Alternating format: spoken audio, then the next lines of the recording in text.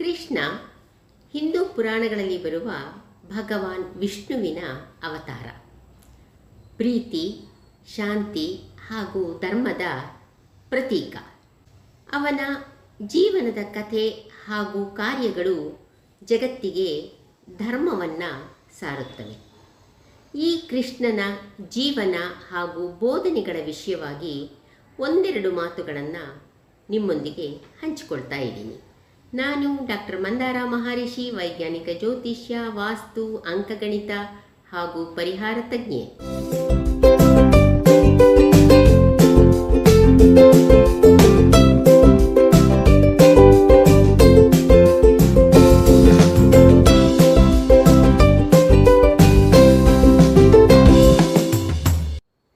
ದ್ವಾಪರ ಯುಗದಲ್ಲಿ ರಾಣಿ ದೇವಕಿ ಹಾಗೂ ರಾಜ ವಸುದೇವನ 8ನೇ ಮಗುವಾಗಿ ಮಥುರಾ ನಗರದ ಸೆರೆಮನೆಯಲ್ಲಿ ಕೃಷ್ಣನ ಜನ್ಮವಾಗುತ್ತೆ. ಕೃಷ್ಣನ ಜನ್ಮದಿನವನ್ನು ಕೃಷ್ಣ ಜಯಂತಿ, ಕೃಷ್ಣಾಷ್ಟಮಿ, ಜನ್ಮಾಷ್ಟಮಿ, ಗೋಕುಲಾಷ್ಟಮಿ ಅನ್ನೋ ಹೆಸರಿನಿಂದ ಕರೆಯಲಾಗುತ್ತೆ. ಶ್ರಾವಣ ಮಾಸದ ಕೃಷ್ಣ ಪಕ್ಷದ ಅಷ್ಟಮಿ ತಿಥಿ ರೋಹಿಣಿ ನಕ್ಷತ್ರದಲ್ಲಿ ಕೃಷ್ಣನ ಜನನ. ಕೃಷ್ಣ ತನ್ನ ಬಾಲ್ಯದ ಆರಂಭಿಕ ದಿನಗಳನ್ನು ಗೋಕುಲ ಹಾಗೂ ವೃಂದಾವನದಲ್ಲಿ ಕಳೀತಾನೆ. ಅಲ್ಲಿ ಹಲವಾರು ಪವಾಡಗಳನ್ನು ಮಾಡುವುದರ ಮೂಲಕ ತಾನು ದೈವಿಕ ಸಂಭೂತ ಅನ್ನುವ ನಿದರ್ಶನಗಳನ್ನು ಕೂಡ ಕೊಡ್ತಾನೆ. ಕೃಷ್ಣ ತನ್ನ ಯೌವನಾವಸ್ಥೆಯಲ್ಲಿ ಗೋಪಿಯರೊಂದಿಗೆ ನೃತ್ಯವನ್ನು ಆಡ್ತಾ, ಅವರೊಂದಿಗೆ ತುಂಟಾಟವನ್ನು ಮಾಡ್ತಾ ಜೀವನವನ್ನು ಕಳೀತಾನೆ.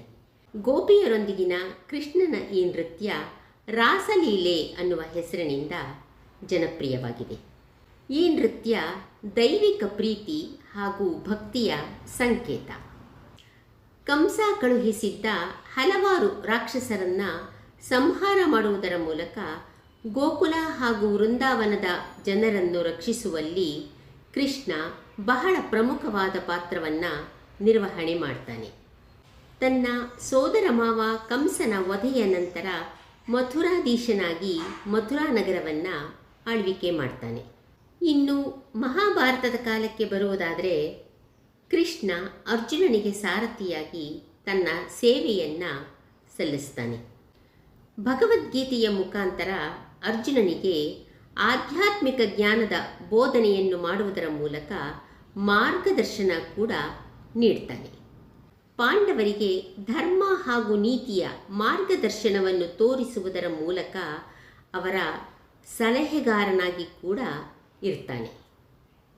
ಜರಾಸಂಧನ ಪುನರಾವರ್ತಿತ ದಾಳಿಯಿಂದಾಗಿ ತನ್ನ ಜನರನ್ನು ರಕ್ಷಣೆ ಮಾಡುವುದಕ್ಕಾಗಿ ಕೃಷ್ಣ ಮಥುರಾ ನಗರವನ್ನು ತೊರೆದು ದ್ವಾರಕೆಯನ್ನು ಸ್ಥಾಪನೆ ಮಾಡಿ ತನ್ನ ಜನರನ್ನು ಅಲ್ಲಿಗೆ ಸ್ಥಳಾಂತರವನ್ನು ಮಾಡ್ತಾನೆ.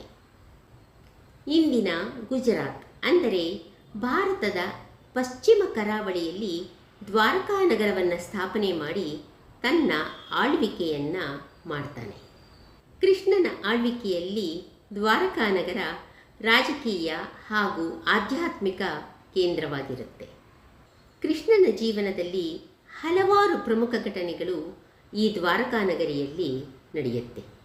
ರುಕ್ಮಿಣಿಯೊಂದಿಗೆ ವಿವಾಹ, ಹಲವಾರು ಶಕ್ತಿಶಾಲಿ ರಾಕ್ಷಸರ ಸೋಲು, ತನ್ನ ಪುತ್ರರು ಹಾಗೂ ಮೊಮ್ಮಕ್ಕಳ ಪಾಲನೆ ಸೇರಿದಂತೆ.